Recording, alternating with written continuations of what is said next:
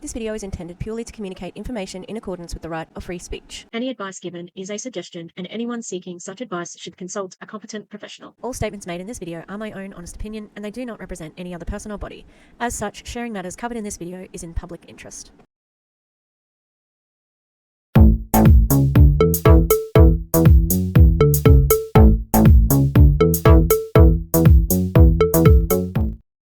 Hi! Fancy meeting you here in this little old place.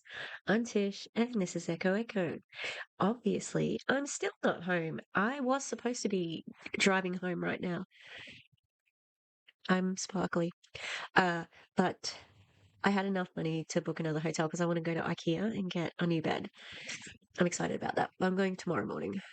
Spent far too much money. I guess a nice thing. So what did I get that's really close to me?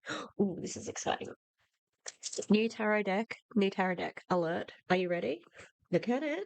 Look. Are you ready? That's not even it. Okay, ready?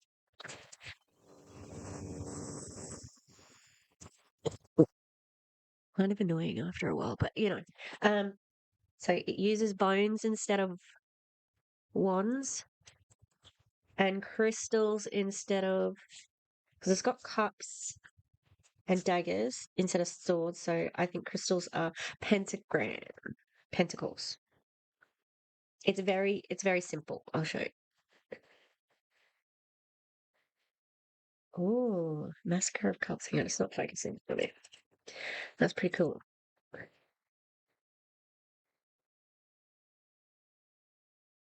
Oh, I'll take a picture of it and see if I can get it clearer. And then a massacre might be like Prince. Yeah, so it's very pretty. The show I was doing, guess what was next door? Tattoo Expo. So I went to that and I'll wait until you see my new. I got a new roommate. I got a new roommate. I'm very excited. Wait till you see him. It's okay though, don't worry. It's not a new dog. Okay. Like, what? How would you get a new dog at a tattoo expo? Ooh, these are interesting. Look at the Two of Cups.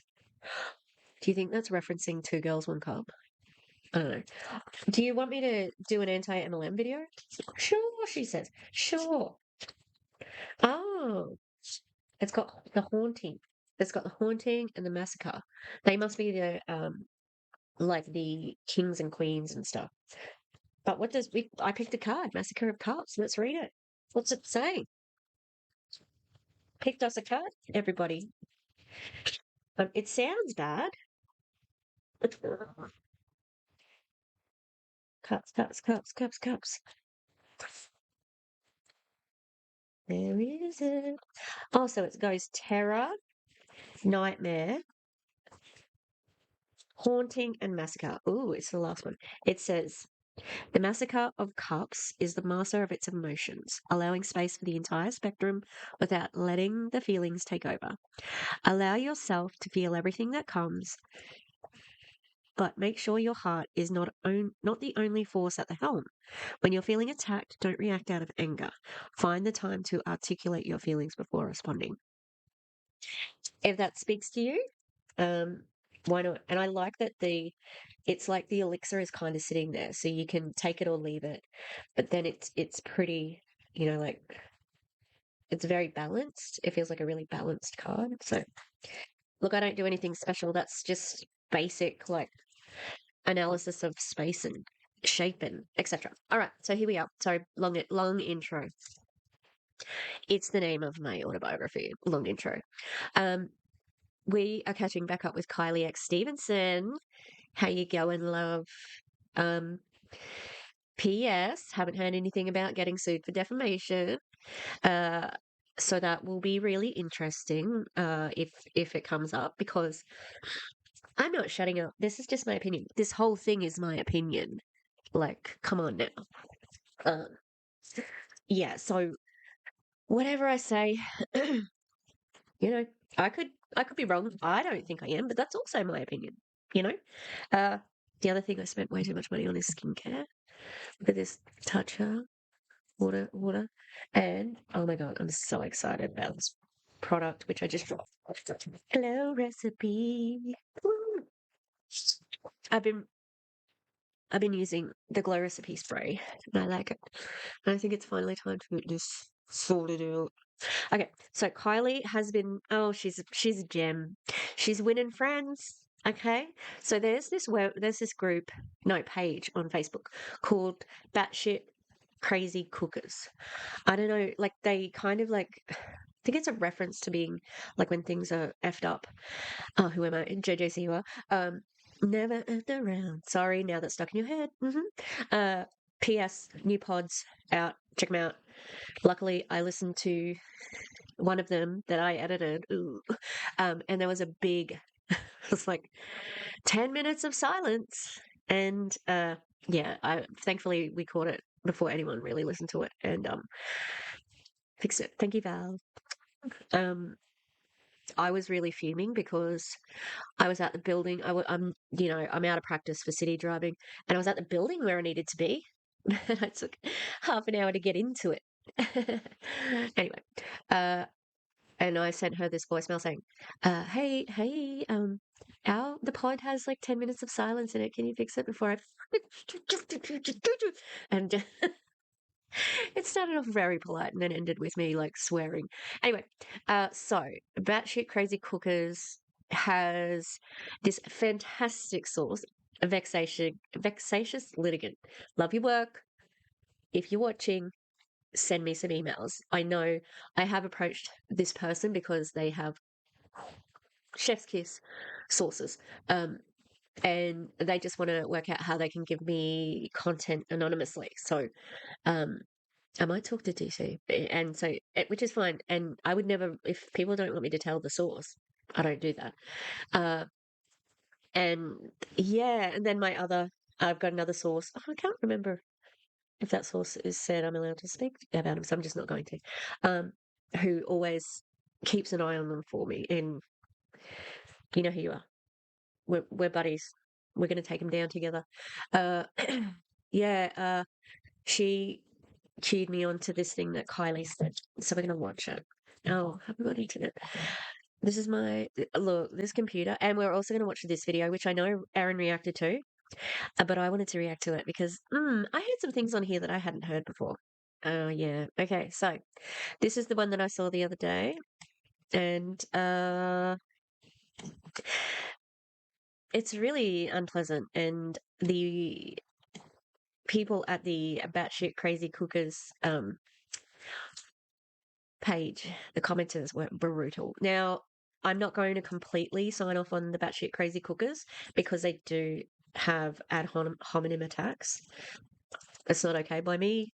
I don't care about Christy X Ord's double chin. I don't care. Like, look at me. Don't talk about it. It doesn't matter. And it actually sort of weakens your point of view, you know? And then she can do what she did before, what she did when you did that. She went, pull me. Okay. If you have an argument that is good, you do not need to personally attack them. Okay. And I'm going to say some stuff about Kylie that I definitely think about girls like her who come from small towns and go to boarding schools and are very privileged. But that's not really to do with what she looks like, you know? That's who she is as a person, who she's developed into being, and who she has, become because of her position in the world. Yeah, so batshit crazy cookers, love your work with exposing them. You don't have to talk about them, like what they look like, because there's enough to talk about with all the other shit. All right. Okay, so let's hear what she's got to say about it. She's great. Top chick. F people that build wealth. This is what someone recently said to me when they heard that I had just invested in my second investment home. Now I've actually invested in my third. But here's the thing about haters is they're always going to hate, no matter what you do, no matter if you're doing the right thing or the wrong thing. You're going to have people that love you. You're going to have. Can we talk about that? When are you doing the right thing? When have you done the right thing? Let's hear about that. I have a really sneaky suspicion that she is talking about me right now. Because I did say something like fuck landlords. Fuck landlords, okay? I didn't say fuck people who build F people who build wealth. Oh, I might have said hoard wealth. Yeah. Okay. Yeah, I honestly think she's talking about me because I know she knows me. Hi, Kylie. Did you see Erin's video on you? Because that was oh delicious. Yeah, you gonna try and silence her across the pond? No, that's to England. Yeah. People that hate you. Also, it's not hate to point out what you're doing wrong. I don't think we would be friends.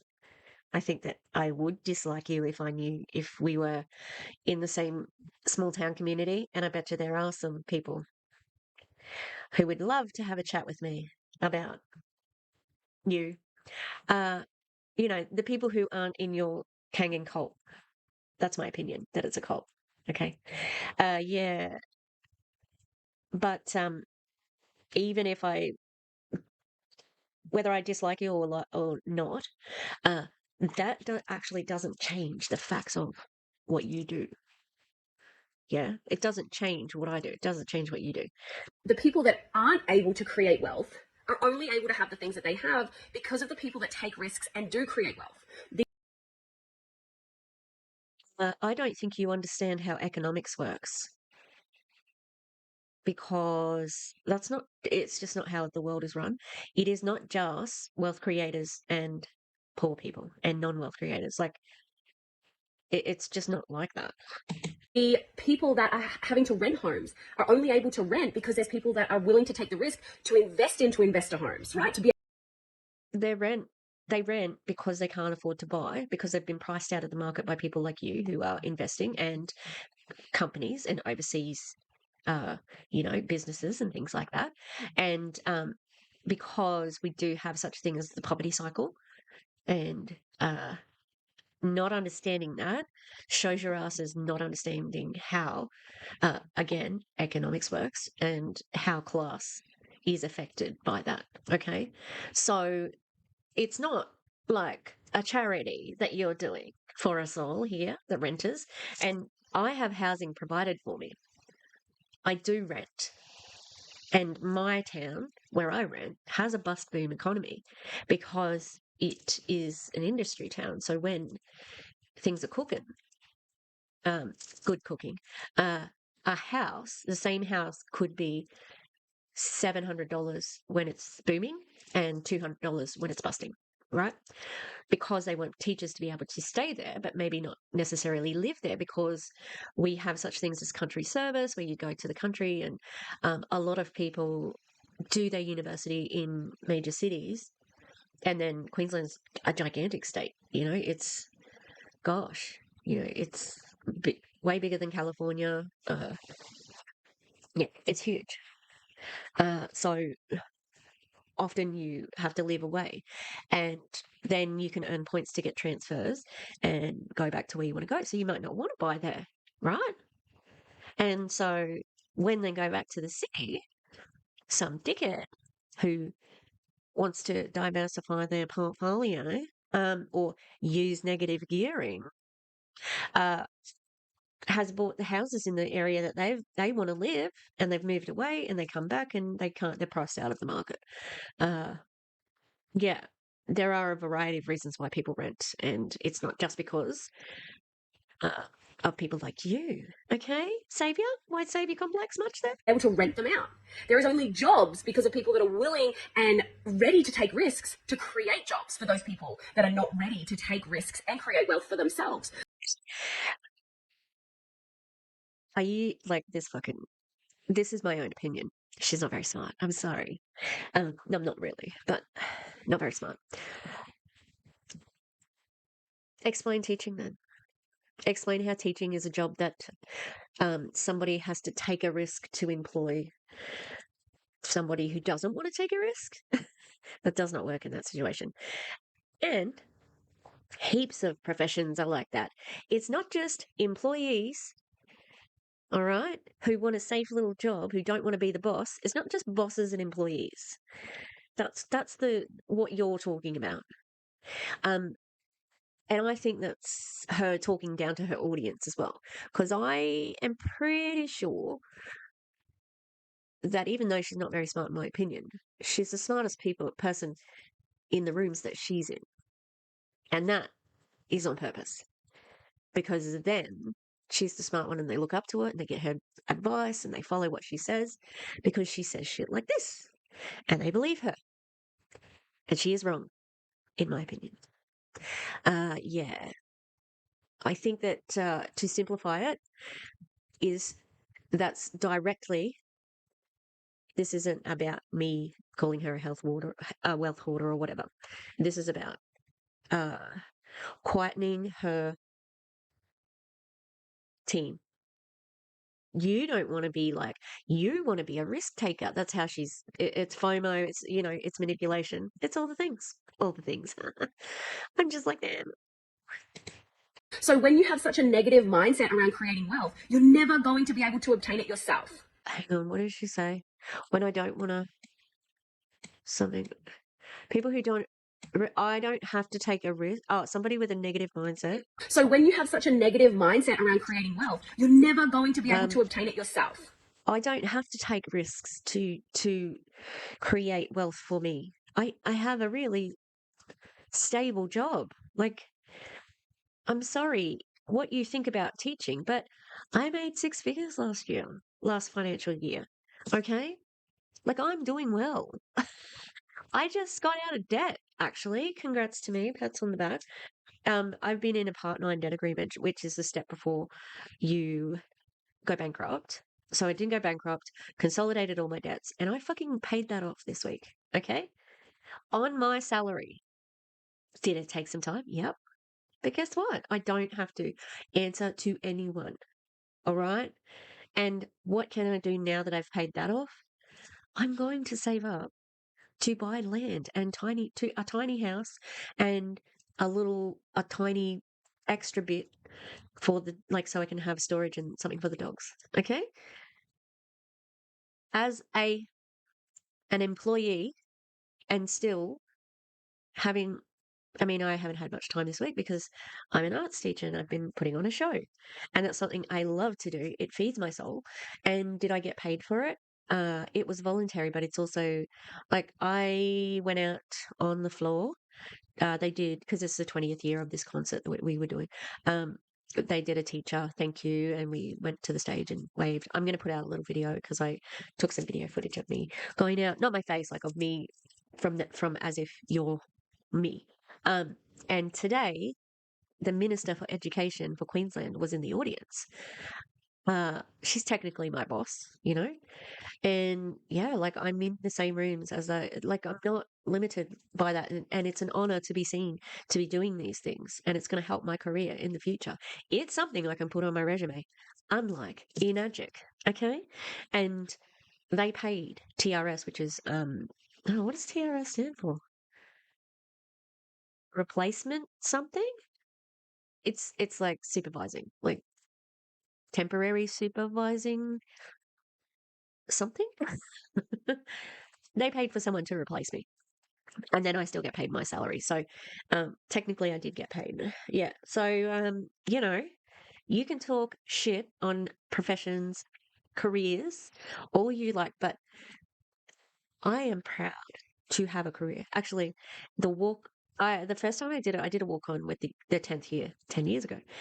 Oh gee, I look so different from then. I've aged a lot. And I giggled the whole time. I was giggling. I was just so like, this is hilarious that we are like out here waving. I wasn't like that this time around. And I today, because it was during the song You Raise Me Up. So I got little goosebumps today. I felt it today. And that's a career. That's a calling. It does not matter what you say. I know that selling Kangen water ionizers is not a fucking calling. Like, I know that. I'm going to take a break because I need to go to the bathroom at my other hotel. I stayed an extra night, so but I'm out of the hotel. The toilet, I didn't have a toilet in the room. It was like a shared toilet and bathroom, and the bathroom was full. I like had to have about 5-second showers. It was terrible. BRB. Where's the thingy? Let me. Okay, we are gonna go to. No, I'm gonna skip that one, but I'm gonna show you this because this might answer some questions for us, right? Okay. The reason I'm sharing this is due to the X symbolism being used today. From the fake disease X to SpaceX, Planet X, Generation X, the new Twitter brand X, which when you combine two X's or mirror it, you basically get the Freemason logo. From my perspective, the letter X seems to be a huge focus for the elites. I wondered as well. It's so dumb. It's so dumb. Hi. Okay. I got a new mic. Here it is. It's small. I like it. It was expensive. And you can go mute really easy. Look. You just tap the top. See? See? I like it. Yeah, the sound of Kylie didn't work, so I have to rewatch that video. Well, I could edit it all back together, but I don't want to do that. That sounds like a nightmare. Because I already did it with one part of it. So you've got a little bit of me in my hotel room on Saturday night, and then I'm gonna tape some of this, but it's 10 o'clock already, and I should get some sleep. I got a new brooches. It's the three little pigs. The latest Earthwilder drop was fairy tales. I didn't get what there was one I wanted. What was it? Oh, the frog prince. I really wanted the frog, but I got a fairy, and I got the three little pigs, and then a bonus brooch, and then I got another brooch that says ship in a bottle. Oh, it's so cool. And of course, it's a brooch haul. Of course, I got another brooch. Yeah. So I'm gonna see if this works. Actually, I might. Okay, I'll do a little bit of this video. Love is in the air. Let's do it. I'm feeling sniffly and let's spit all over. I think I just spat all over the mic. Sorry, Mike. Have you seen my new friend? Oh, you can't see. Look, I'm gonna say it's a girl bat. I'm gonna say it's Norma. Norma the bat. I don't know if I can zoom in. It's a real bat, everybody. It's a taxidermy bat. I'm so excited. Except my like up the top next to Norma is like my two tarot card lino prints, and they're kind of both beside each other, and I prefer to have them a little bit apart. All right, there's Norma. Welcome to the family, Norma. Let's roast some bitches, like figuratively. Me too. I'm a bitch. I just started watching Queen Coke Francis, and she calls herself a professional bitch, and I love her for that. New channel recommendation for everybody out there. Okay, let's watch this. Third time watching it because I've already watched Erin roast it, and I've already watched it once myself. And third time, let's hope it's good. I don't know. Okay. Hello, everyone. I am jumping on.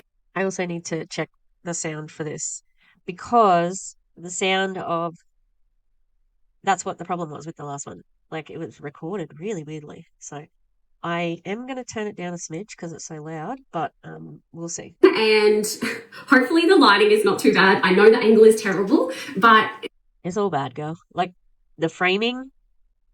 Look at my frame. This is very intentional. Well, not this. Like this. It's scary. Yeah, nice work. I love that we can see your bedroom in a reflection of the mirror. It's great. My mirror is normally here, but I'm going to try and get ready here for my new masterclass that I'm putting on at 8 o'clock, so in an hour's time. Yeah? Okay. Is it a masterclass that you're putting on, or is it an opportunity call? Because I think it's an opportunity call, and you guys call it a masterclass, even though it's fucking not. I'm gonna make myself a little bit bigger because she doesn't really move from this spot. You can see the babies. All right, I'm gonna see if the sound is working. Oh, all right. And I thought I'd just get ready and share with you guys. I've got 2 accounts going. I've got my Instagram and my Facebook. So I've got 2 phones on here. So bear with me as I try to look at both of you guys. So, have you heard of streaming services? I highly recommend them. You have more money than me, and I pay for a streaming service. It just means you need one device. You don't have to have 2. Uh, have you watched Jessie Lee Ward? Because even though she was the best of the best, having 3 phones isn't good practice. Streaming services. Like, it means I can look straight at the camera. Only have to look at one. I mean, I only stream to one place anyway at the moment, but you get the idea. Maybe I should Twitch. Val was telling me about a Moomin game, and Princess Peach was having a game, so. And I love The Sims, so yeah, maybe. Twitch, maybe coming. Probably not, no. But I wanted to jump on and share a little bit about my vision and where that has come from. So let me know in the comments where in the world you're jumping in from. And if you're catching the replay, drop hashtag replay below.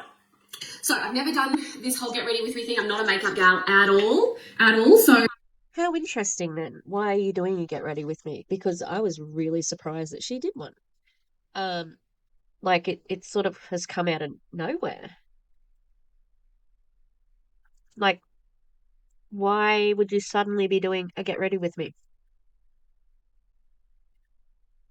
Like, I've been covering her for nearly a year. I've never seen her do a video like this, so maybe she's been told that she needs to look a little bit more human because everything is so curated with her. I don't know. Let's not learn anything from me because I don't know anything about makeup. So I'm not here to give makeup tips at all, okay? Not me. So the one thing that I wanted to talk to you guys about was where my online vision actually came from, because everyone can make money online, right? Hey, Court, hey, Tone, hey, Can they? Everyone can make money online. Can they? And should they? Should everybody be making money online? Can you just have a job offline using online things when you need to, which is what I do as a teacher? But I don't need to make money online. Sometimes I try to. That's what this YouTube channel is, you know. I've sold stuff before on Etsy. Yeah, like, we don't have to be doing that now, do we? everyone can make money online, but there's very few that are tapping into a high profit offer and lots of people in low ticket network marketing, okay? And low ticket. I'm eating white peanut butter cups. Still my faves at the moment. Honey. Online businesses, there are so many that are beyond network marketing. So when you are talking about online business, it's like, it's not just high ticket and low ticket network marketing. There are so many other things that people are doing online. And there can be, I mean, artists sell their stuff online. If you're a well-known artist, that can be very profitable. Every business like can use, Uber and DoorDash and everything like that. Like, there's money to be made outside of network marketing. Obviously, it accounts for such a small percentage of the online space. I just said online space. Don't kill me. I didn't mean to. Network marketing, as far as I'm concerned, has incredible products. Every multi-level marketing, network marketing company I've ever come across has really, really great products. So I completely understand why people get into online marketing that way. Even for myself, I did a little bit of isogenics and a little bit of Tupperware when I was younger, living in town, bored, and... Oh, what? So you joined 2 other network marketing companies because you were bored. Wasn't that a luxury? Because I'm sure there's lots of people who do this out of necessity, thinking that this is a good way to earn money because they've been convinced by somebody like you that that's what it is. And that's a lie, in my opinion. Yeah, interesting. And you didn't have any success there, hey? Also interesting. What I quickly realized was I couldn't hassle friends and family to make money. I was like, this is not for me. Yeah, isn't that interesting though? What does your boyfriend do? Works in the mines. Oh, no, he doesn't. You retired him because he also joined Enagic, and you're both scamming people, in my opinion. Right? Right? So, did you hassle him to join? And don't tell me that you haven't asked friends to join. Like, as if you haven't asked friends to join Enagic. As if. Uh, and I'm sure you've alienated some of your family and friends because of that. Yeah, I don't know. I just don't really buy it. Uh, and to say that, like the way that Tupperware has always been sold in Australia, it's really hard to describe. And maybe, it, like when I was listening to The Dream with Jane, uh, she was talking about Tupperware parties, and I felt that it was very similar to what they were in Australia. They were a gathering place, and people would bring food, and it was really like an event. And I think that is very common in Australia without um, the stigma. Like it was just, I would say, from my point of view, a very common expected. Oh, who's having a Tupperware party? I want to get some of those, you know, resealable whatevers, like these bowls or the water bottle, and like a lot of people would go to them, and you're having a party in your house, so you would invite family and friends. Like you're not going to invite strangers. So I know where she's heading here is like, oh, now I've got this business online, so it's I don't have to hassle family and friends. No, you don't have to at the moment, maybe, but I can imagine if there is somebody in your life who you haven't asked yet, you will when you start to run out of people to recruit. Oh, for sure. Yeah, at the same time, what I actually realized with Isogenics was I had a really beautiful experience, and the business model was quite impressive, but the commissions weren't. Okay, so I could see how we had to start to make money while we slept in order to. Oh, I don't know who told her that, but it's just so stupid. Technically, we all make money when we sleep. If we're employed, if we make a living, because like this wage isn't just for the wage pays for my lifestyle, all of it. But isn't it interesting that you said that you like the business model, but the commissions weren't high? Because guess what? It's not about the products. The product commissions doesn't matter. It's about the team. That's why there are low ticket network marketing companies, because it doesn't matter what the fucking product is. It's about making money on the team. And so it is a lot easier to convince somebody to come and join your shitty fucking, what'd she talk, isogenics shake or supplement bottle for $100 rather than $5,000. And don't forget, these people push buying a quad or a trifecta, which is 11. So a quad is 16 and a half grand, and a trifecta is 11 grand. That's what they're pushing you to do, and that's what you need to convince someone else, and maybe someone you don't know, to spend money on, so that you can not be the last one holding the product. You need to be able to find another sucker to buy the product from you to make your money back. So,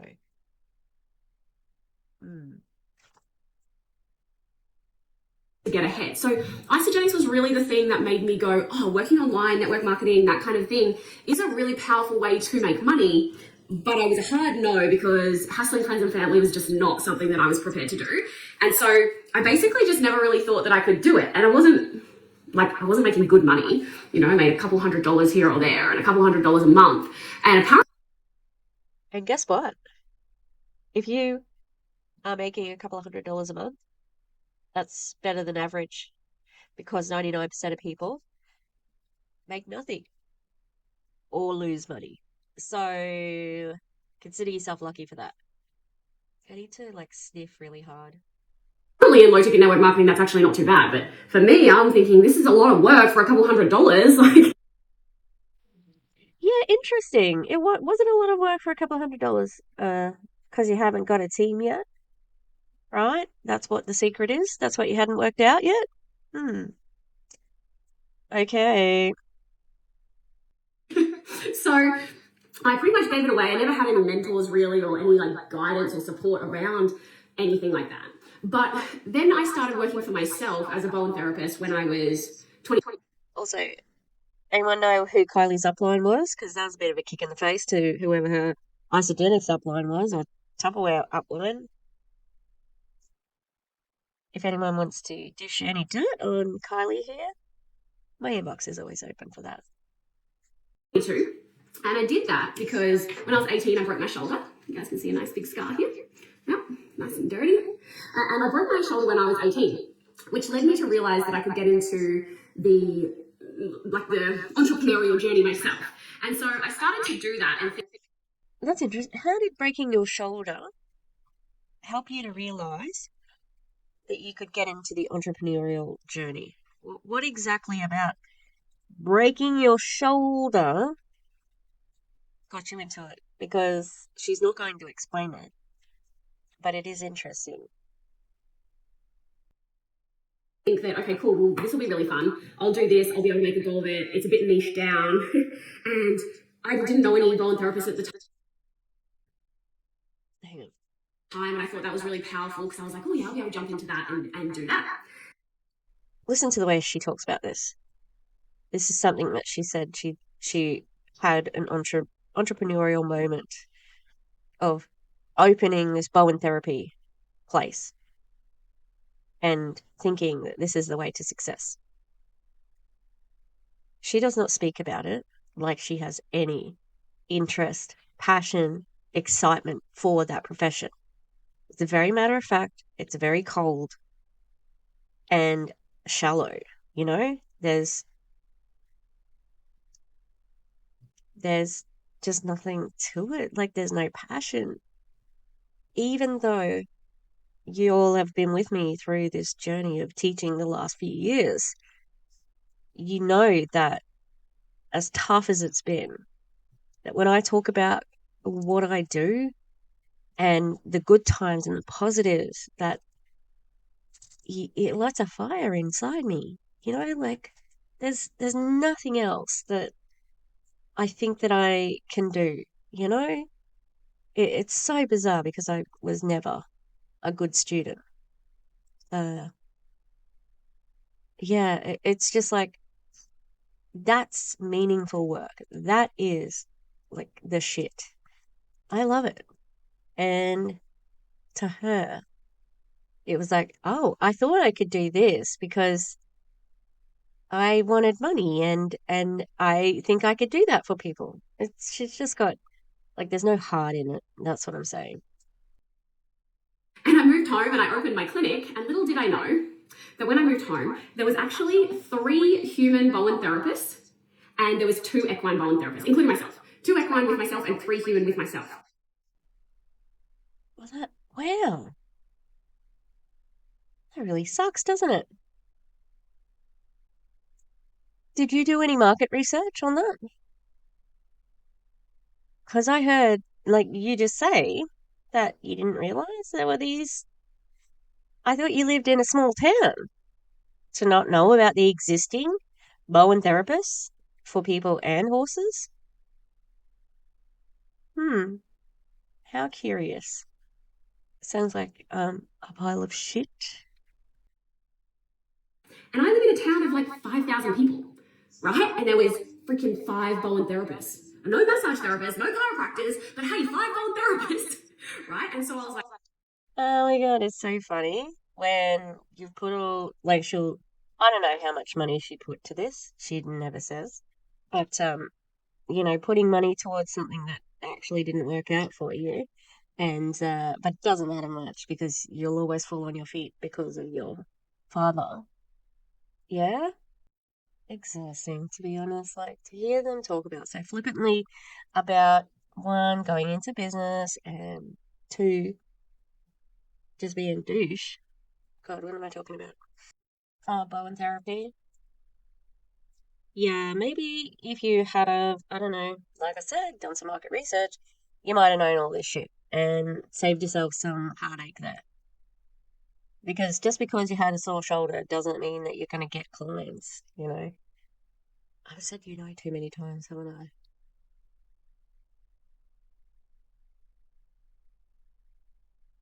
Did I tell you all that I got a new bed? It's in pieces down under the house.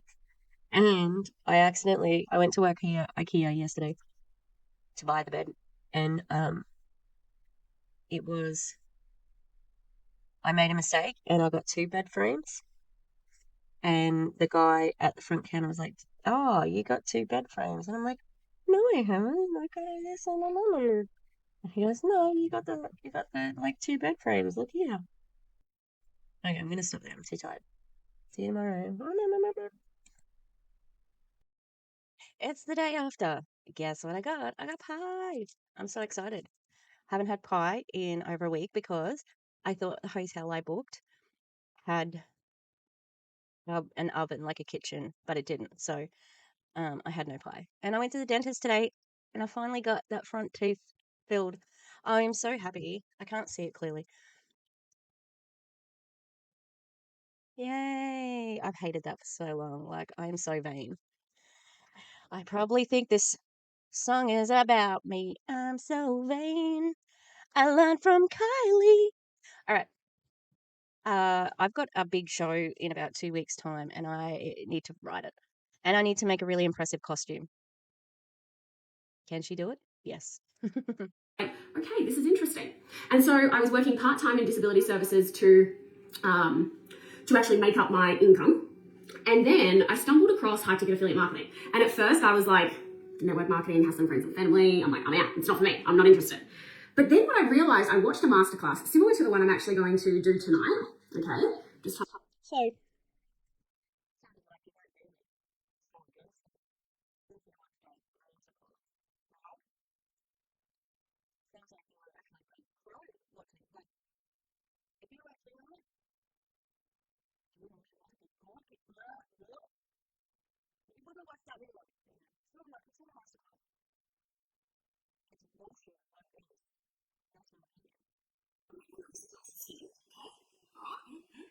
again, I can't do makeup. Don't touch what I'm doing right now. And I listened to how they said that they work with high profit offers where you can make between $1,000 and $5,000 per sale. And I was like, hang on, in network marketing, I was like,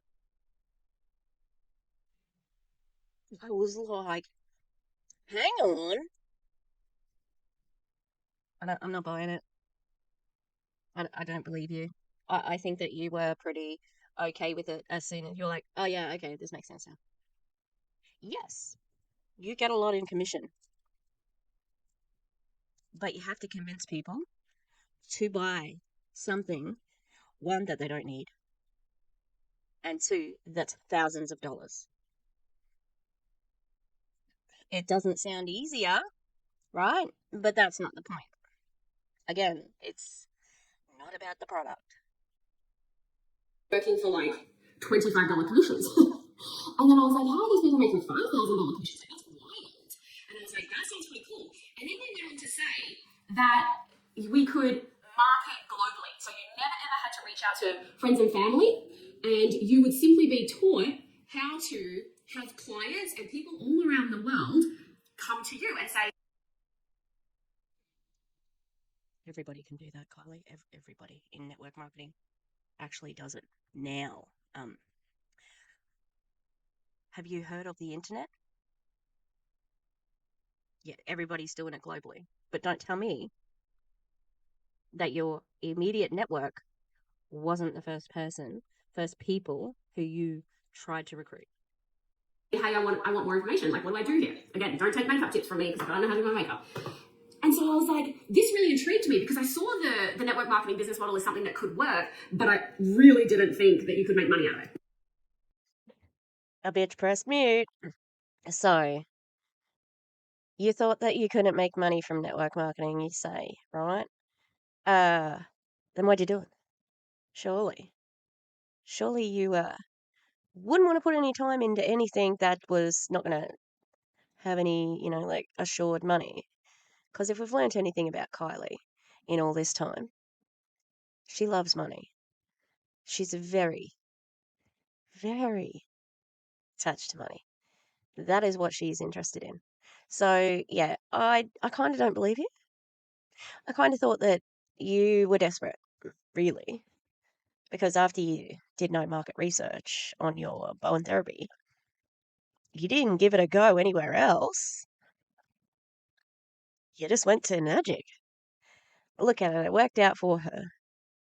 Oh, I'm really happy for you. If you believe that, I'm an okay actor. I'm not the best, okay? Uh, I can be very condescending though. Yeah, I think this is all bullshit. And just the whole, like, I'm doing a get ready with me, and oh God, the shadow. I wasn't looking at the screen and I'm like, look at the shadows on your face, bitch. Yeah, like, it's manufactured relatability and it's not working for me. You see, because this person that I present here, that's pretty much who I am.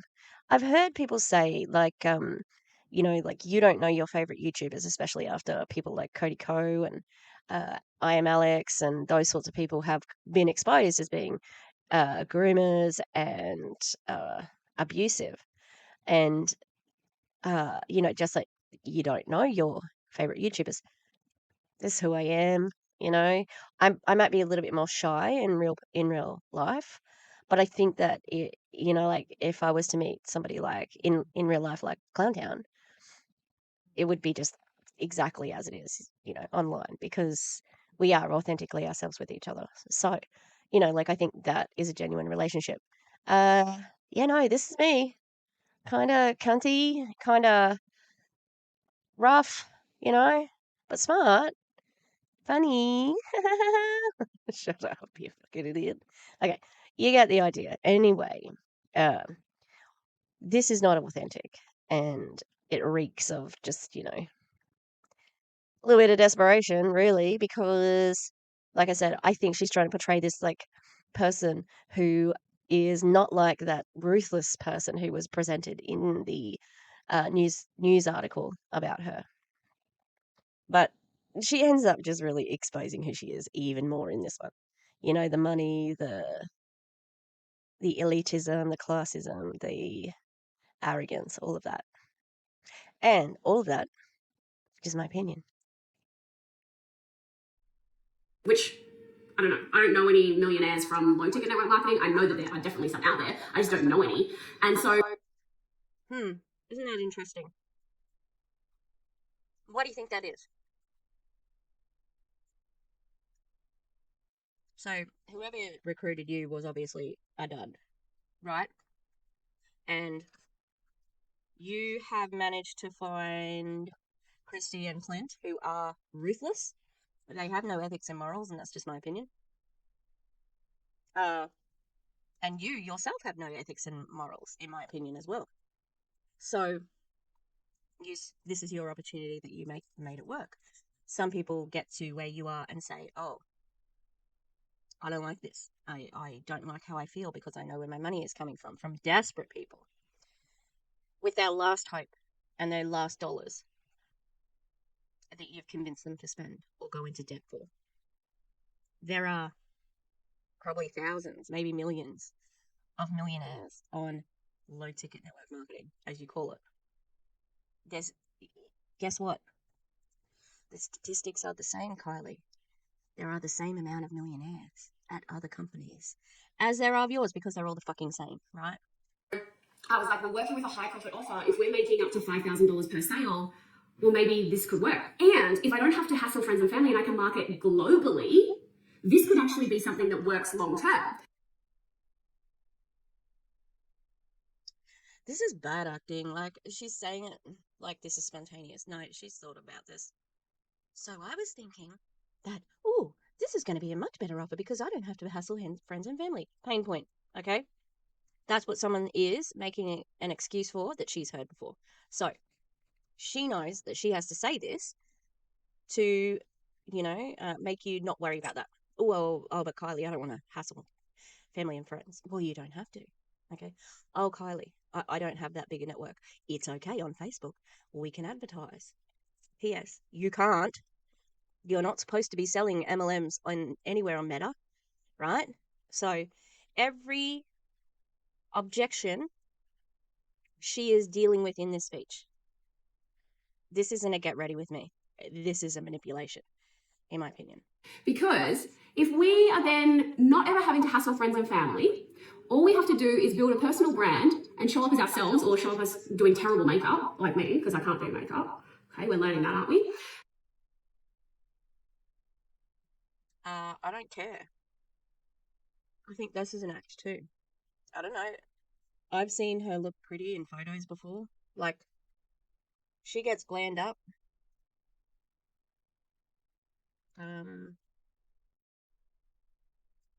Who did that makeup? Who did this makeup? Who did that makeup? Don't know about that one. There's a bit of makeup in that one. No makeup there. Who did that makeup? I think this is just an act because more makeup. Looks like her eyebrows are done. I think this is purely to make her seem more relatable, because I think she recognizes that maybe a lot of rough and tough, tumble, outback girls maybe not get down with makeup that often, So what do? We look bad at makeup. Oh, look at Kylie.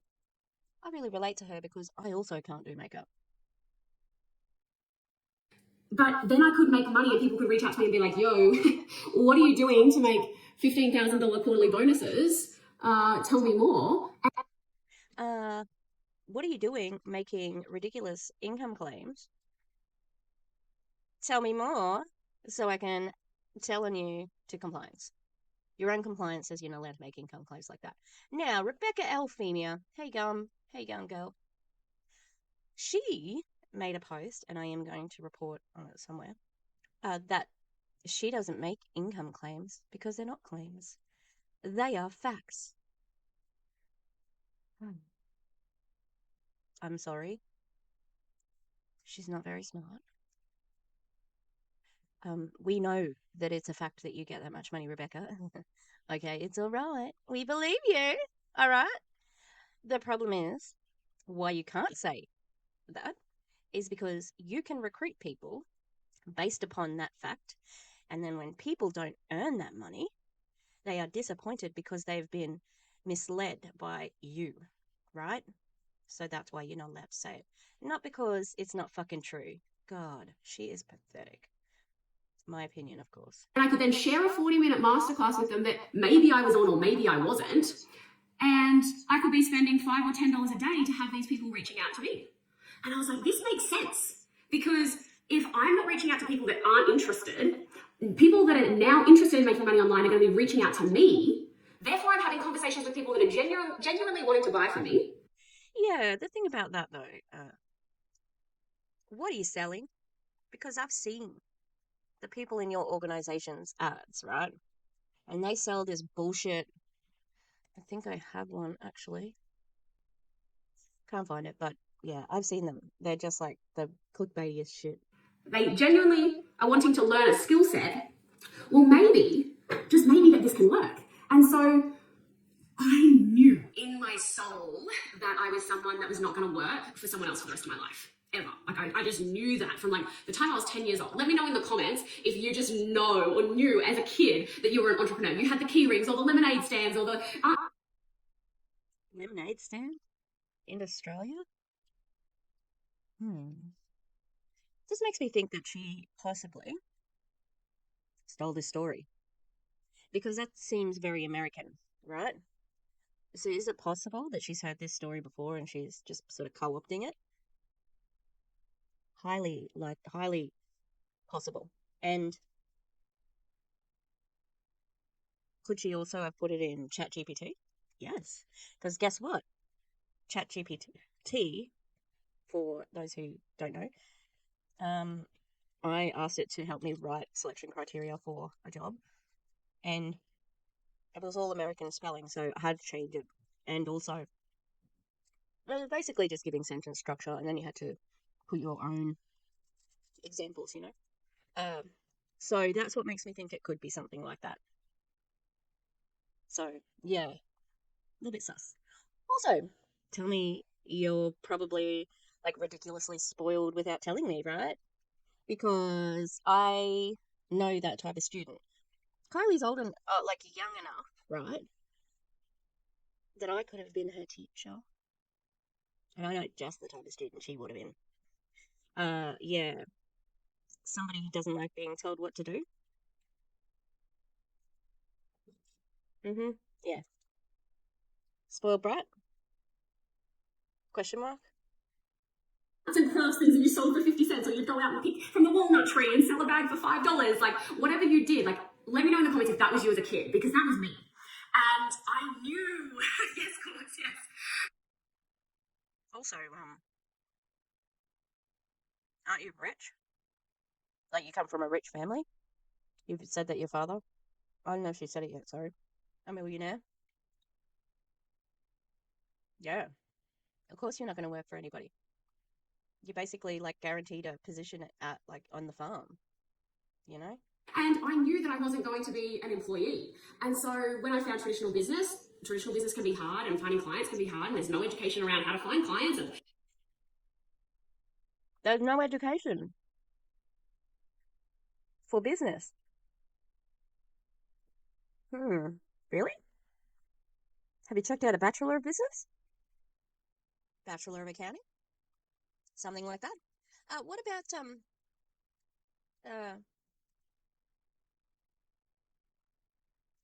I can't think what I was going to say. But also, you really wanted to go into traditional business, but you didn't know to do your market research? Yeah? So really that's what you wanted to do, traditional business, and you didn't want to be an employee. And yet, you went into disability, like you went into an old age home. Were you an employee? How interesting. how to have mentors or how to have communities or anything like that. You didn't learn how to have a mentor. I don't think you're going to find any course or guideline or masterclass about how to have a mentor, because it's fucking obvious. Like, are you for real? Hey, will you mentor me? Yep. There you go. That's how you mentor, right? And you don't really mean a real mentor. You mean somebody who's going to teach you all of the sneaky tricks, in my opinion, to manipulate people, to gaslight people, to love bomb people. That's what your mentor's doing. And he's done a really good job. Balaj, Christy, Clint, take a bow. This is your monster. Good job, fucking idiots. And so then when I found high ticket affiliate marketing, it come with a community. It come with a course that teaches you how to build community as well. Oh, really? Bachelor of Public Relations, a Bachelor of Social Work, Bachelor of Community Service. There's so many things that you could have done. My nose is just started. As I said, I got dental work done today. So my nose was, it was a worse. Have you ever been to the dentist with a blocked nose? I felt like I was drowning. Like, it was awful. I will never go to the dentist again with a blocked nose. It was awful. Yeah. I just think that Kylie could have just gone to uni and learned all these things and maybe taken over the family farm and not been a douchebag fucking network marketing scammer, in my opinion. With affiliate marketing, it come with a community. It come with a community. It come with education, and it came with high-priced commissions. Ooh, did you stuff up your lines there? Is that why you had to? Is that why you're not on your mirror, because your speech is stuck up in front of you, where your two phones are? It come with community. It come with this. It came with. This is their top person in the rural freedom movement. This is the smartest one right here. I'm sorry, for somebody who is a native Australian English speaker, who did finish, I think she finished grade 12, hasn't indicated any other issues. Yeah, I expect you especially to speak well, and you don't. And neither does fucking Clint, the worst rapper in Australia. Neither does Christy, and neither does Rebecca Elfemia. You're all terrible speakers. And I know good speakers, okay? That is an opinion, but it's a very measured opinion, because I am a drama teacher and I teach people how to give speeches, and yours are terrible. Yeah. Okay, so $5,000 per sale. And I'm thinking, this is the thing, because now someone is in my corner to teach me something, and I never ever have to hassle friends and family. I never have to reach out to friends and family if I don't want to, ever. If you don't want to. But you can if you do want to. Yeah, you can. And you should, right? Why wouldn't you want to share this opportunity? Right? I've got to give myself a chin now because I can't see my chin here. I've got to find a way that people can reach out to me. And so I got very good. Do I have a chin now, guys? Just let me know if I've got a chin so that I can, not look like I've got this huge neck on me from here to here. And so I was like, well, if I can learn this skill set and learn how to run paid advertising, so people come to me and say, hey, Kylie, show me what you do.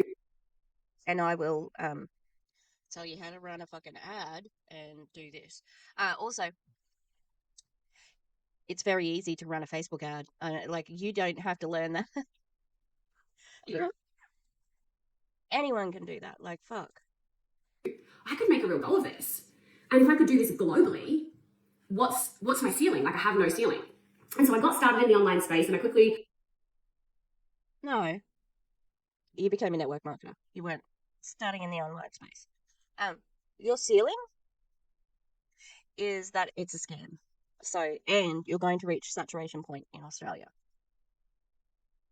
It's going to happen soon.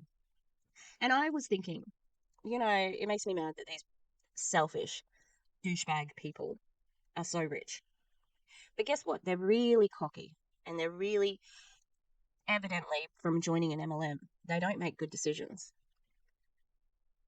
I can't see them hanging on to that money because they're just fucking idiots, They're not very smart. So that makes me happy. I'll look at it. I don't care. If they're rich, they're rich dickheads. If they're not rich, they're dickheads. It doesn't change who they are. That stays the same. Scaled to 6 figures, six-figure income. And I kind of got stagnant, actually. And from there, I was like, I thought I was doing really well. I was, doing my 6 figures a year. I was traveling around the countryside with my horses. I was living it up. And then I realized that I was kind of stuck, because when you're earning 6 figures and traveling as much as I was and competing as much as I was, you're not financially free at all. I was location free. You aren't? Because you said 6 figures traveling around doing exactly what you want to do. How weren't you free?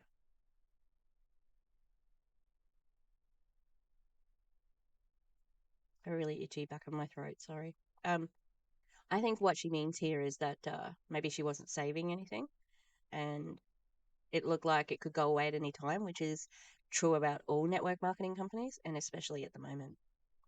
Nothing is certain. But I wasn't financially free. And so I started to have different conversations with myself, and I started to connect in with my mentors a little bit more. So these people say shit like this. You didn't have a conversation with yourself. You just made a plan. Like, it's so ridiculous. And you tapped into your mentors. You had a conversation with your upline. I started having a lot more conversation with my dad. And my dad is a self-made millionaire and has done that through the real estate game. And so I started hearing all my... So I didn't remember where this part was, but I knew this was coming. Well, look at that. Self-made millionaire from real estate. What? Weren't you farmers? How did he become a millionaire through real estate if you're farmers? Is perhaps part of your backstory not exactly like what you say it is? I'm sure that they are rural people, right? But I believe that he made his money on real estate. So it's pretty fucking shitty to say that you're, this down home country girl with, the rural blood and blah, blah, blah. When your dad made his money like anyone else does in a city through real estate. And I will reiterate, fuck landlords, right? There is no reason for anyone to own any other houses than the ones they need to live in. Fuck you all right? And it just made me realize that Kylie is every sort of thing that I've ever known about, like a country girl who is well off, who definitely sort of like has power because of the money that her parents have, and probably went to boarding school, and at boarding school was like little goody two shoes, but then when they came home to town, this is from personal experience, the boarders were always like, there would be parties. I'm sorry, I'm going to mention underage drinking here. So there would be parties, and the people who were vomiting or, fighting because they were so drunk, boarders. The people who were having sex, etc., etc. Boarders. Okay, yeah, everybody else did too. But, like, the boarders were always so loose, like loose cannons, because they were so, strict at school that they'd come and get loose at when they came back to town. But there's a special sort of hell that is the country boarding school girl who's very rich, and her dad, runs the town. And it just makes a lot of sense of who Kylie is, Dad a lot more and connecting with my dad a lot more. And I remember saying, like, it doesn't even sound like, you don't even think what I do is good. You don't even think it's a good option. And he's like, it's not that at all, but you're basically semi-retired. You work 1 or 2 hours a day. You make $100,000, cool. He's like, but Kylie, why aren't you making $500,000 a year? Why aren't you making at least $300,000 a year? If you're only working an hour or two a day and you're making 6 figures. These people are among some of the worst humans in the world. These money hungry, like, how ridiculous. How ridiculous. Oh, you're semi-retired. Capitalism is fucking terrible. It's just disgusting. How money hungry are you that you just like? I just have no words, but it makes a lot of sense of who Kylie is, if that's what her dad is saying. Like, why? You're 25 and you're basically being lazy. Also, this is what everybody says they want in network marketing. To make a good income and only work a couple of hours a day. That's what everybody says they want. And I think that you have more potential in you. And that conversation sat with me, and I was like, wow, what if I went all in? What if I actually looked at this differently and looked at the people that I could help and how many people I could help as well? And so... How does that relate to what your dad said? It's not about anything except for earning more money. And you just proved that before. You don't give a fuck about people. About 6 months later after that, I then doubled my income in the next 6 months. And then I went for breakfast with a man named Balaj, who is a multi-millionaire, He's your upline. That's not impressive. It just isn't. Of course he went to breakfast with you. You pay his bill, you help him pay his bills. The reason why he is where he is because of you fucking idiots building these big teams under him. He's a douchebag too. Well, no, that's a fact. I don't know if he can sue me in Canada, but oh, I was going to say something else. What was that? Then I went to breakfast with this man named Balaj. Like, everyone pretty much knows who he is. It's weird. Millions of dollars. Oh, also, guess what? I know the winner. Well, I was in a show, worked on a show with the winner of last year's Australian Idol. I know somebody who's got like millions of subscribers. I know this person and that person. I know somebody who's probably going to be on RuPaul's Drag Race. That's great for me, like it's good to have friends, but it doesn't make me any of those things. Like, who gives a fuck? Go to breakfast and shut the fuck up. Massively every year. And I twisted his arm and I said, "You come to breakfast with me." And I picked your brain. Never do that again. On a figure eight. Why do you have to go to breakfast? Like, write him a DM. What the fuck? That is so weird. That is so weird. He's not a celebrity. Who cares? Like, I'm sorry, but that's not a mentor. Somebody who you gush over. No, you need to have a pretty respectful relationship with a mentor. They're going to maybe, be harsh with you and say this, that, and the other. It needs to be a relationship of respect. Not like, oh, I love him, he's so good. Please come to breakfast with me. I want to pick your brain. God, I'm like having a heart attack that my mic it's off mute. I just think it's pathetic. And that was a miracle to start with. And so I was like, okay, oh my God, we're going to breakfast. We're going to lunch. I'm just so tired. Just so tired. No one cares. It's the fucking upline. Oh my God, this is so pathetic. And of course he said yes. You're one of his cash cows. Of course he said yes. And he said to me, "You need to go and make a $50,000 month." And I was thinking, how the hell am I? Wow. That sure is some great mentoring. Go do that thing. Wow.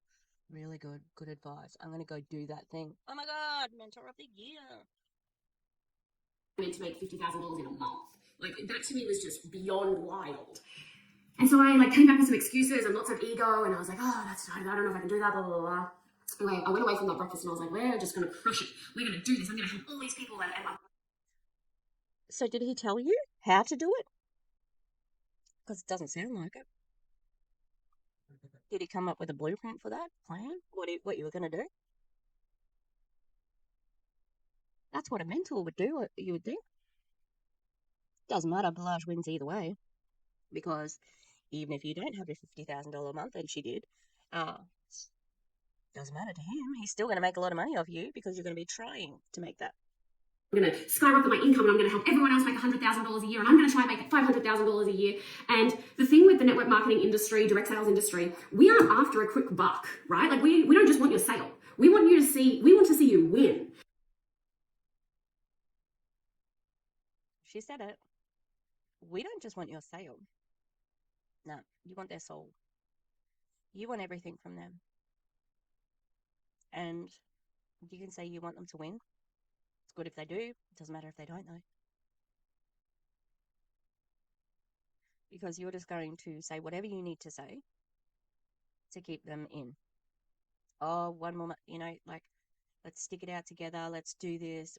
I'm going all in with you. All of the words to convince them to stay. But guess what, people? They're going to say whatever they need to say to make you stay. The best way to get out of an MLM is to just go.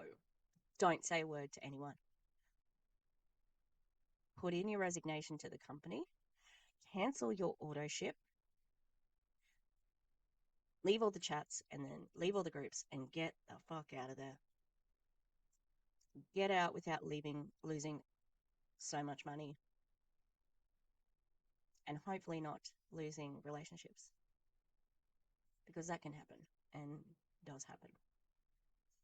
Now, an adjunct might be a little bit different because you never derank in an adjunct.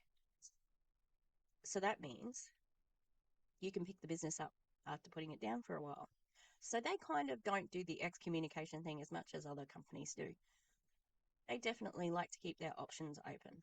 So you may still have a relationship with that person, but I think the best thing to do, because they're always going to be looking to bring you back in, is to get away from those people. And yeah, there is a creator on Instagram, MLM Exit.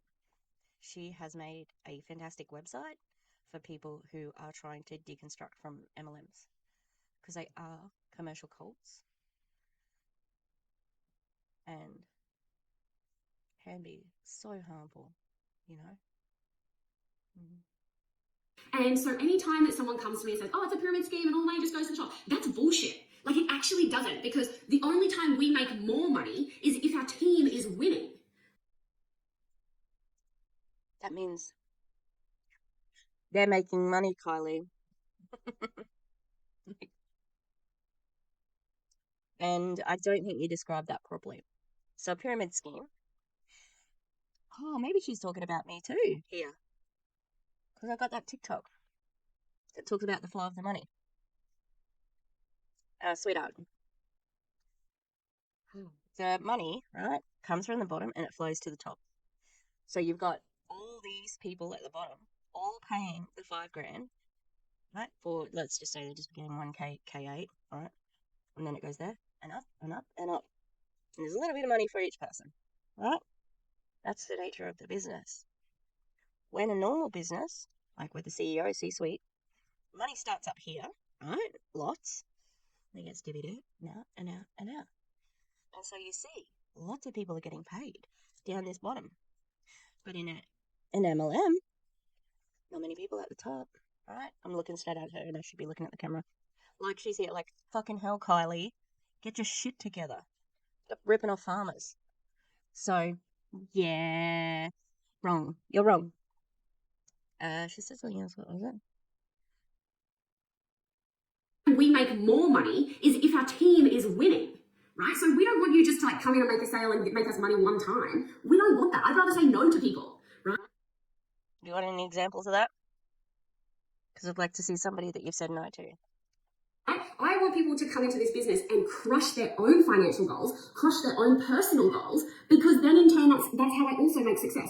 But if I'm just busting my ass for making direct sales for the rest of my life, I'm just an employee, right? I might as well go back to work. I mean, I make a lot more money than an employee, but... Kylie, you're a fucking employee. You're a contractor of an adjunct. You have a boss. It's Mr. Orochi or whatever his name is. Yeah? You can be terminated. You have compliance. You have HR. You don't decide on the products. You don't decide on like any of the things. Branding of an adjunct. Only decide on what hits you personally. You're an employee. Congrats. And yeah, I think that's it. I may as well, right? So this is why having mentors that actually succeed at your success is so important, because otherwise I don't care about your results. Why not? I'm sorry, but bosses do care about their workers. Maybe you don't know much about that because no one's ever told you what to do. So you're girl boss, and you never wanted to be an employee because no one tells me what to do. I'm just an employee, right? I might as well go back to work. I mean, I make a lot more money than an employee, but I may as well, right? So this is why having mentors that actually succeed off your success is so important, because otherwise I don't care about your results. Yeah, successful businesses, successful places of work are successful because they do have a unity within them, all pushing for a common goal, no matter what that is. The best workplaces are going to have a culture of respect, support, like early career teachers. They will have a mentor assigned to them, and there's a whole program for it. So, and guess what? A person who mentors that first year teacher usually doesn't get paid. They're doing it because they want to support the profession and they want to help this young person, this early career teacher. Sorry, not always young. We do have adult, external students who come back to uni. Yeah. It's important to build their courage and skills up because the only way that I became a better teacher was watching other people teach. Nothing in my mentor to be gained, like, financially. But she still helped me because she was a good manager and she knew, that being a good manager means having trust and belief in your team. So maybe you've never had that in a workplace before, so it sounds a little bit unattainable because you've always been kind of hard to work with, That's how it strikes me.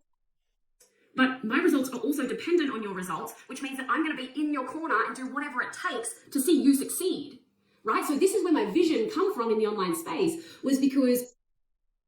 Did it come from on the online space or where it came from?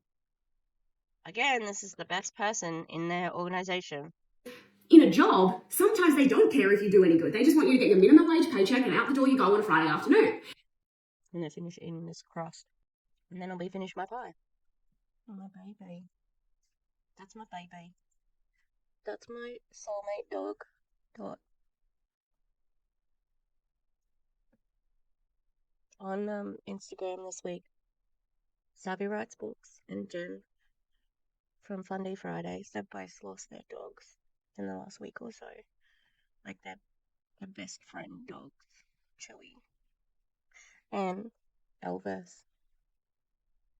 Elvis was almost Murphy's name. Murphy. Okay. Let me stop being a sad sack. Oh my god. Oh, those naughty dogs. Why am I looking at a light down here? Why is there a light down here? Because the dogs jumped. The other dogs, not the one that died. Lance? Who jumped down here? Who jumped up here? Yeah, I bet you they shat themselves when that fell down. Okay, let's keep going. In my career, people will tell you, like, I message them all the time and I'm like, how you going? Just checking in. Anything I can do for you? Like, I'll bend over backwards to support you right now. Like, what can I do for you? Because yes, I can succeed on my own, but I don't want to. I can succeed without anyone else making any money, any sales. I can still make 6 figures a year without a single person in my team making money. But you know what? Then no one else is making money. So I don't want that. I want to help other people make money. Yeah, what if you help them and they still don't make any money? What then? Because this can only last for so long. Yeah? It can only last for so long. So it's great for her to say this and say, oh, she's so selfless. She's so selfless and so giving. She's such a good mentor because she actually cares. She told you she could make money without you. It doesn't matter who you are. But guess what? She can make more money with you. So guess what she's going to do? She's going to be keeping on encouraging you. Right? So therefore, I'm going to be in the trenches with them. I'm going to be supporting them. I'm going to be taking sales calls for them. I'm going to be doing masterclasses on a Thursday night at 8 o'clock at my bedtime so that it helps their businesses, because your success is my success. And this is what it takes in the online space, right? So this is why it's such a beautiful commitment between you and your mentor and you and your sponsor, because I don't care about some quick $5,000. I want you to come in and, heck, for some people, honestly, I would give you back the original commissions if you came in and I could help you make $20,000 in the first month. Do it. Do it then. Show us. Show us. Show us you doing that. Don't put your money where your mouth is. Yeah? Like, she's talking such big figures. But look, the statistics just don't support this. They don't support it. And, yep, Australia may be an anomaly at the moment because these people have control of the market. God help us all, because they're, like, not the smartest. But it's going to saturate. It's going to stop. And there's going to be somebody at the end of that chain who's not making money. And if you are not like her, and you're not like Rebecca Elfimi or any of those ones who are really out there, really put themselves out there, you're not going to make the money. And then you're going to get blamed for it, like Kylie did. She victim blamed that person who was in the article who didn't do any work. She said, I gave them this great opportunity. She wrote this long-winded fucking post about a cow. And the cow was the opportunity, but she didn't do anything with it. She didn't milk it. She didn't. And everybody's like, oh my God, such a good analogy. No. The cow was a fucking donkey. It was an ass. That's what it was. That's why she couldn't do anything with it, because you sold her something that looked like a cow and you said it was a cow.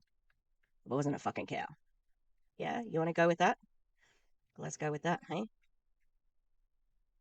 Like, I would do that, right? Even if I made $7,000 off your sale, if you could come in and you could make $20,000 for yourself in your first month, I would much rather that, right? And this is why the online space is so special. And the fact that we don't have a capped income separates us from everyone else, right? Everyone else, where, who, with what? What do you mean? In network marketing? Because there's definitely companies that don't have a fucking limit. Like, this is ridiculous. We are not a pyramid scheme where you do all the work and it filters to the top. That's bullshit. That's not what a pyramid scheme is. And that's not true. It does filter to the top. That's why you get paid so much money. Are you fucking kidding? Like, you're at the top. You're at the top, Kylie. You get the most money. A pyramid scheme, a form of investment in which each paying participant recruits two further participants, with returns being given to early participants using money contributed by later ones. Kind of sounds like what you're doing. A pyramid scheme is a fraudulent and unsustainable investment pitch that relies on promising unrealistic returns from imaginary investments. Pyramid scheme is a fraudulent system of making money based on recruiting an ever-increasing number of investors. The initial promoters recruit investors. The initial promoters recruit investors who in turn recruit more investors, and so on. The scheme is called a pyramid because at each level the number of investors increases. The small group of initial promoters at the top require a large base of later investors to support the scheme by providing profits to the earlier investors. Pyramid schemes may or may not involve the sale of products or distributorships. The trend is also to involve sales of products or distributorships in an attempt to show legitimacy. This is done solely to sidestep the regulatory agencies, as most state laws prohibit marketing practices where the potential for profit stems primarily from recruiting other investors and not from the sale of the product. Do you get paid more on the team or more on the product? Because that's actually the definition. The bottom line, however, is that in all pyramid schemes, the selling of a product itself is much less important than the recruiting of new investors. Multi-level marketing is a method of selling products directly to consumers without intermediary retail sales. Products are sold through a network of distributors or salespersons set up to resemble a pyramid. Each distributor recruits and trains additional distributors and will earn commissions on their sales as well as on the sales he or she makes. Because of their pyramidal structure, multi-level marketing companies can sometimes be pyramid schemes. So that comes from the New York State Attorney General, Letitia James. I've heard of her before. Yeah, so does your company offer more for your commissions or for your team? It's okay. I know what the answer is. We're literally the other way around, right? No one in my organization works as hard as me. No one, right? Most people that... Really? I don't know why you would say that. Like, is that to make people feel bad? No one can outwork me. I'm the queen of working. Like, think you can outwork me? No. So, good for you. Like, who is this statement for? To make other people work harder? Why bother? You just said no one works as hard as you do. Oh God, she's so. Ah, I just hate it. It's so. She's so arrogant, you know. Doing $20,000 and $10,000 months in my organization are only doing 1 or 2 hours a day, right? It's nuts. It's And unsustainable. So great, well done to those people making that money. How many people are doing that? How many do you want to tell us? And it is nuts because it's not sustainable. There's no way that stays like that because network marketing just doesn't work like that. Company does what it does for them to become the richest. Like, yeah, they want to keep the top reps happy, right?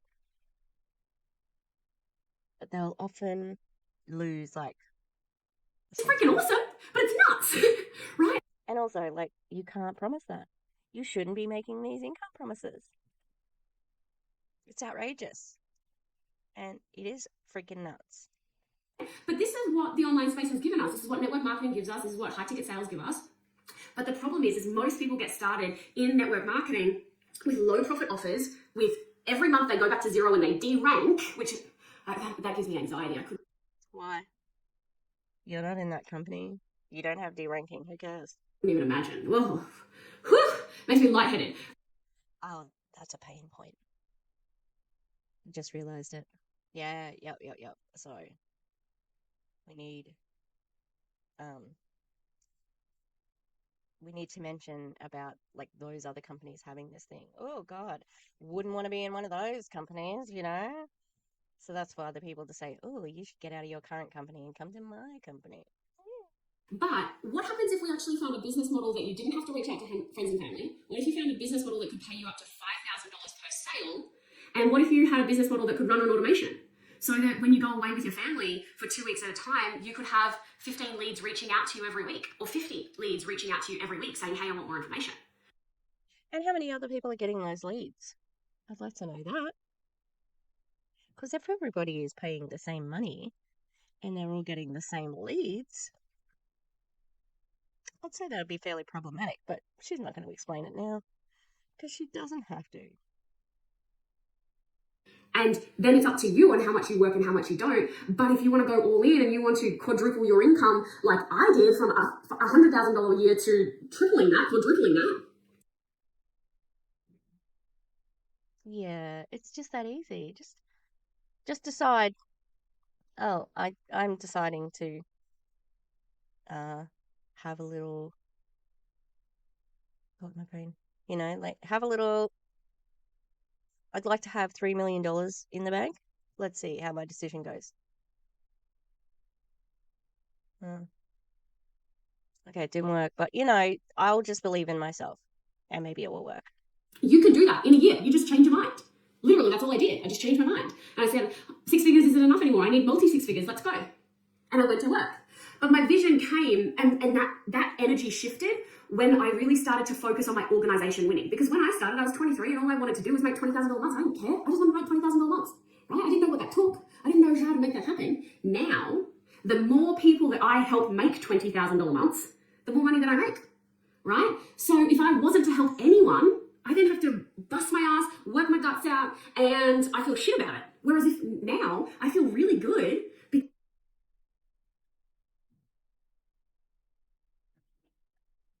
Yeah, but you don't have to do that, like you just don't. Why is it even a hypothetical? Because I'm helping you create $20,000 months, and in turn, I then get supported as well. Definitely not as financially rewarded as what you get for doing your own sales, right? You might get paid $20,000 for your own sales, and I might get paid $1,000 for your sales all up. But the more people that I can help do $20,000, then the more $1,000 hits I get, right? So why would I not do that? Why would you not want? I know why you shouldn't do it. Ethics and morals. Heard of them? I don't think so. A mentor that actually gets rewarded for your success, more of your financial success than their own, right? Because that's what happens to me. Is I have a team of 300 people, and if I can help 50% of them make $10,000 months or $15,000 months, that's when I'm rewarded for the support that I give them, right? But if I bring people into this space and they don't win, I don't win. So that's why this company, this business model is so special, because your success is my success. It's Yeah, obviously that's how network marketing works. Duh. why I'm in the trenches with you. It's why this vision of working online is so different to a corporate, like corporate ladder, right? Or $15,000 months. That's when I'm rewarded for the support that I give them, right? But if I bring people into this space and they don't win, I don't win. So that's why this company, this business model is so special, because I get all the money, and even though I work hard because of people underneath me, I get lots of money. Of course. Yeah. your success is my success. Yeah, that's the problem. Because they have success and you have success and money. So their money that they pay in to be a member and then sell whatever they're selling in an MLM and on this other side as well, they are saying, oh, fuck, that of course you don't make money. You get money and status and success, while they don't necessarily get that every time. So, yeah, I'm just not buying it. And my eyes are heavy. I am not under the influence of anything. I'm just really tired. It's why I'm in the trenches with you. It's why this vision of working online is so different to a corporate, like corporate ladder. Most businesses are online now. So, yeah. Oh God, I'm so tired that I can't remember what she just said. I gotta stop. I can't do it. Okay, I'm gonna stop because it'll be too hard to edit. I'm so tired. See you tomorrow. I'm so tired. It's so different to a corporate, like corporate ladder, right? And it's why it's so exciting. And then you get the community on the other side of it. You get to meet your best freaking friends in the world, like the best. I love my community. They are like my soul sisters. Sometimes I worry about getting married because I'm going to have 300 bridesmaids. That's not genuine. That's to make everybody feel special. Because it is special to be considered somebody's bridesmaid. And of course you love them. They worship you.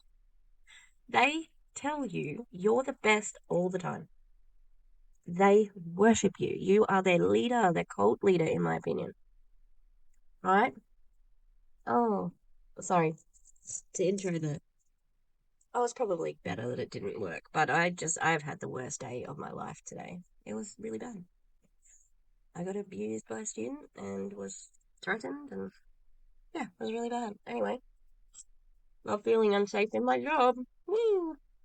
This false sense of like companionship, saying, "Ooh, she just loves us so much." No, it's all a manipulation. I have the most incredible community since starting my business because of the culture that we've created, because it's one of friendship and of celebration and of collaboration. Gaslighting, lying by omission, love bombing. All my opinion, of course. Yeah. What about Kate from the news article? What about her?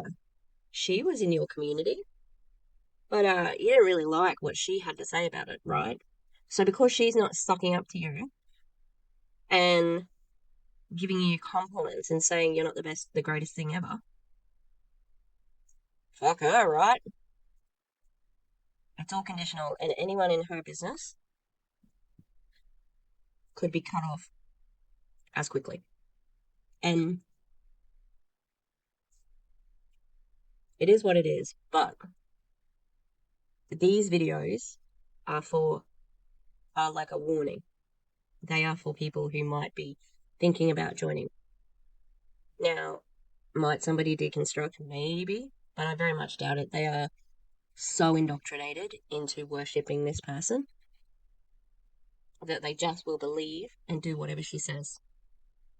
And that is recruiting enough for her to make enough money and buying the new product and buying the coming to the conference and going to Bali, even if you're paying for it yourself. You know, like everything is about making her more money and stroking her ego. in my opinion. Not one of like dog eat dog and gatekeep everything. Like, we don't have any of that bullshit. Yeah? What about Kate? Seems like you did have some of that bullshit. Seems like you didn't really support her very much. We have genuine friendship and celebration. And so that's why I love what I do, and that's why I have the vision that's been so big. Because you love money. That's it. In my industry, and why I can stand here and be like, I want to do $100,000 a month, because I know what's possible. I know what my team are capable of. I think it's really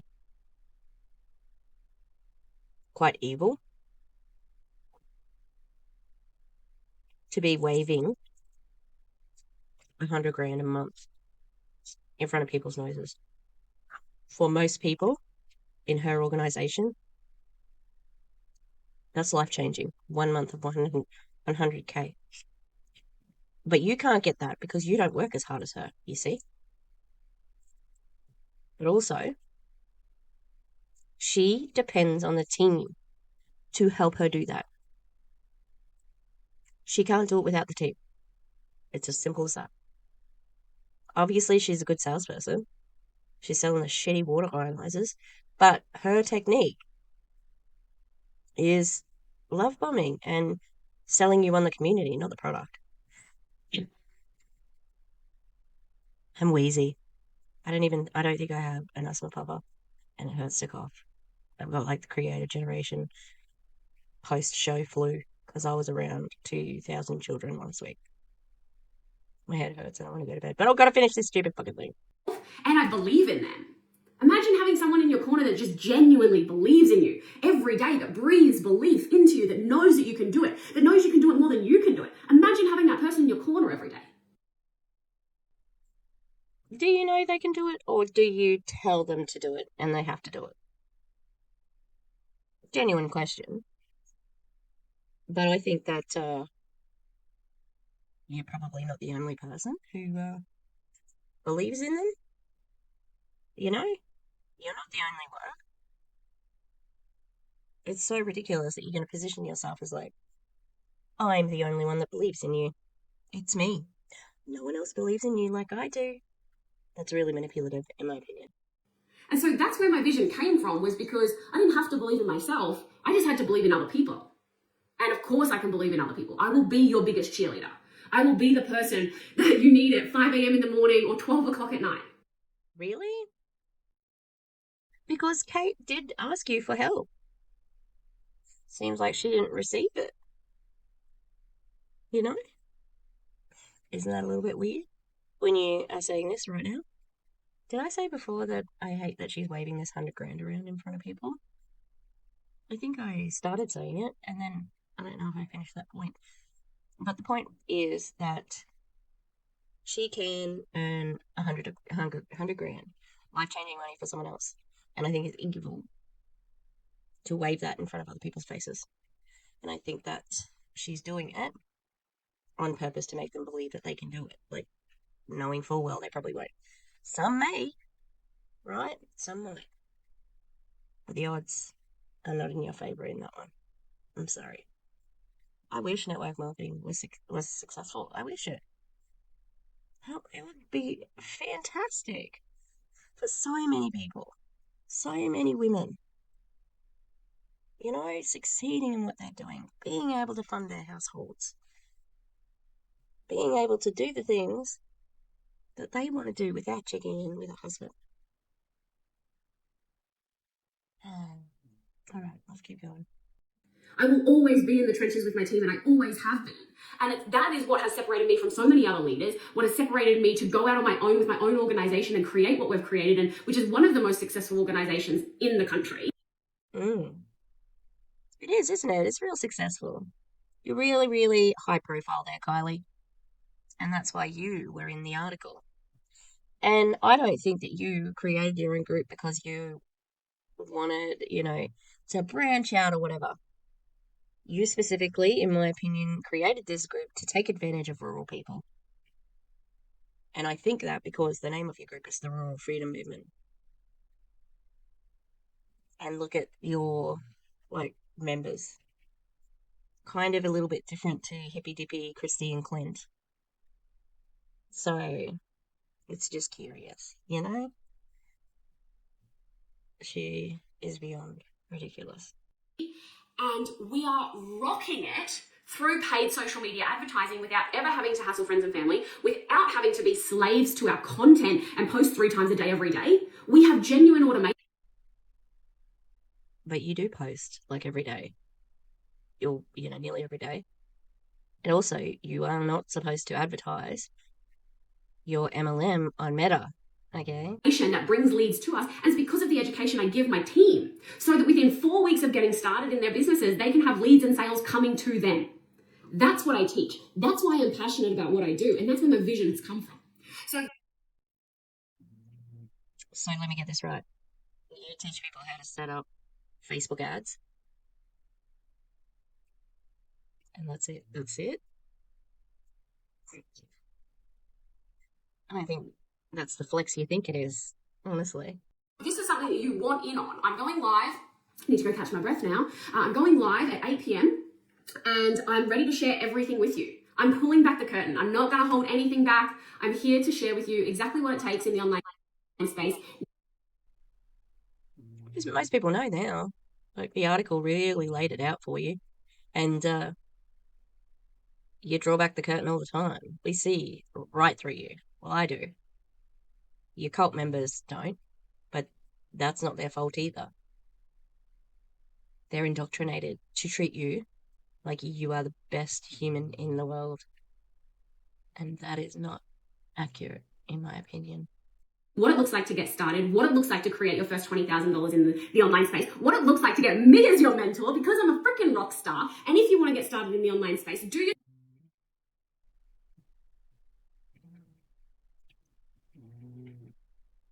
No.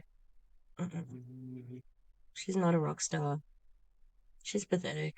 yourself a favor and get started with me, get started in my organization because we're killing it, because we are rock stars, because we are rock stars. What it looks like to get started, what it looks like to create your first $20,000 in the online space, what it looks like to get me as your mentor because I'm a freaking rock star. And if you want to get started in the online space, do yourself a favor and get started with me, get started in my organization.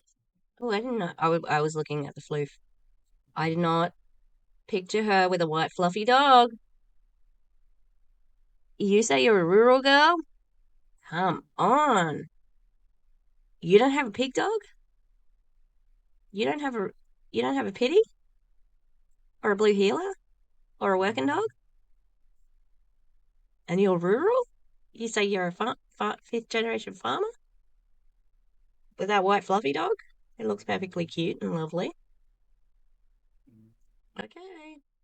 Because we're killing it, because we are rock stars, because we're the people that are actually going to hold your hand through the hardships.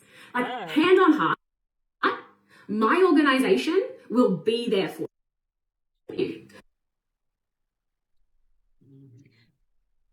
I don't think that Kate got that exact help. Is this a new thing that you're installing? I love it. Hand on heart. Oh, okay. We can believe her then. We can believe her. When it's hard, when it's easy, when you're celebrating, when you're crying, my organization, anyone in my organization will be there through thick and thin. That is what we do. That is what we've created. So again, do yourselves a favor. Choose people to partner with that are going to take you all the way. Someone that has their flag planted. I am never leaving this space. I am going all the way and I'm taking everyone with me in half the time.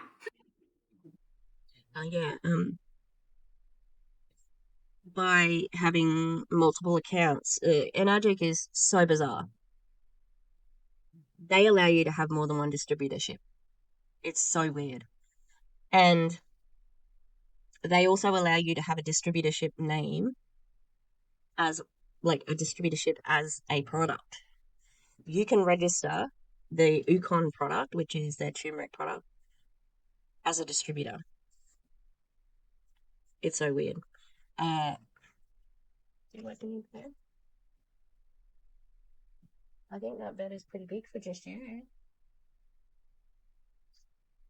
I don't know if you heard that, but I think that's a big bed for just her, and then Frida and Matthew are squished in a smaller bed right beside it. Hey. Are you the queen?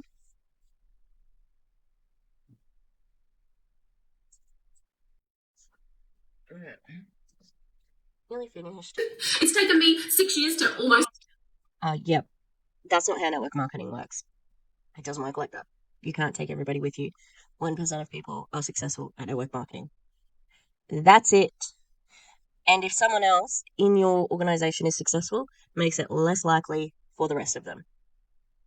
And it might be that there are more people at the moment who are making money. That's not sustainable. It's not going to stay like that. Like I said, I'm really sorry. I wish this was the thing. But it's not. Hit legacy income. I'm helping my organization do it in 3. You don't have legacy income yet, Kylie, that I know of. If you have, let us know, because I've been waiting for you to go legacy. I thought she would have done it like 6 months ago, TBH, but doesn't seem to have happened yet. That I've heard. I mean, she may have gone. Legacy. What the fuck am I talking about? Right? I have girls in my organization about to hit legacy income in 3 years from their startup. It's taken me 6, so my intention is to collapse timelines. So this is what you get to learn from me when you dive into my organization. So reach back. How exactly do you do that, though? Buy more, recruit more? Like, there's only so many things you can do in a network marketing company. It's not the lucrative whatever that she's saying it is. Back out to anyone that you've been watching that's in my organization, reach back out to me, drop offer or DM me the word offer, get onto my masterclass tonight, see what's truly available for you so that you can get out of the matrix, get out of the bloody 9 to 5, the rat race that keeps us stuck, playing small. You were never in the rat race, in my opinion, from what I've seen you explain about your life. You were a Bowen therapist to horses and humans. You traveled around for that. You didn't really sit at a desk because you had the horse beat. No, what am I talking about? God damn, I lost my train of thought because I started thinking about horses. Oh, she wasn't in the rat race. Yeah, and then you're in disability services with old people, and that's not really a 9 to 5 sitting in a cubicle lesson either. So, I don't know what she's talking about here. I mean, it's bullshit, but that's just my opinion. Who wants a bigger life? Who wants to dream bigger? This is what's possible. So I'm going to go because it's really bloody hot in here. I've got to change my shirt. I've got to hustle my dinner and I'm going live at 8 p.m. So send me a message if you want access to my team and let's see you at 8 p.m. I love you all. Mwah. See you on the inside. I don't know how to end these, but it's okay.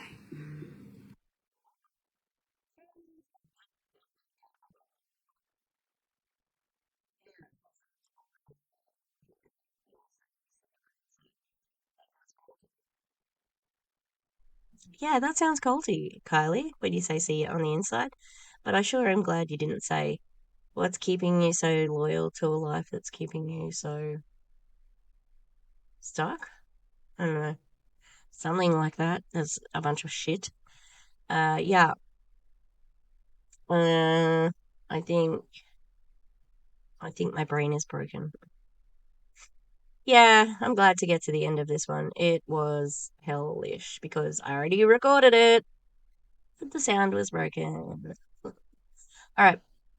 Please like and subscribe. Thank you if you've been here the whole time. I appreciate you. You're pretty, and I think that you are very nice as well. Thank you.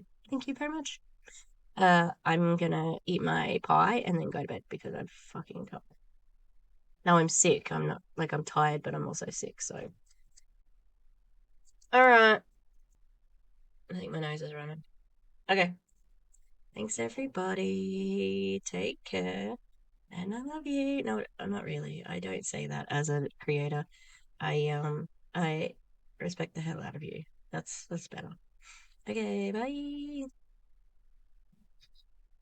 Thank you to the Echo members. On the Gremlins level, we've got the Eclectic Mima, Lisa Hans, Lin Wee, Mountain Crystal, Rutro Rachel, Danny Masters, Tarika Strudwick, Cal Dakota, and Tanya Elizabeth.